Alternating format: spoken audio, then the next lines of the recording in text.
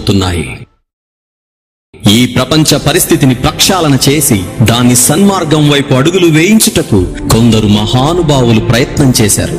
వీరిలో భారతదేశానికి చెందిన మహాత్మా గాంధీ, యుగోస్లేవియా దేశ వనిత మదర్ టెరిస్సా, అమెరికా దేశస్థుడైన అబ్రహాం లింకన్, సౌత్ ఆఫ్రికా దేశస్థుడైన నెల్సన్ మండేలా, రష్యా వాసి అయిన కార్ల్ మార్క్స్ లాంటి వారిని ముఖ్యులుగా చెప్పవచ్చు.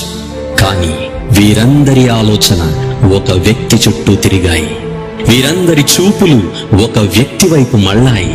వీరందరి అడుగులు ఒక వ్యక్తిని అనుసరించాయి.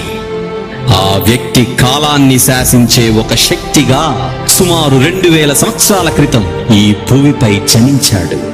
ఆయనెవరో కాదు, ప్రపంచ చరిత్ర పుటలలో ఒకే ఒక్కడుగా నేటికి సువర్ణాక్షరాలతో లిఖించబడిన సాక్షాత్తు దేవదేవుని అద్వితీయ కుమారుడు యేసుక్రీస్తు ప్రభుల వారు.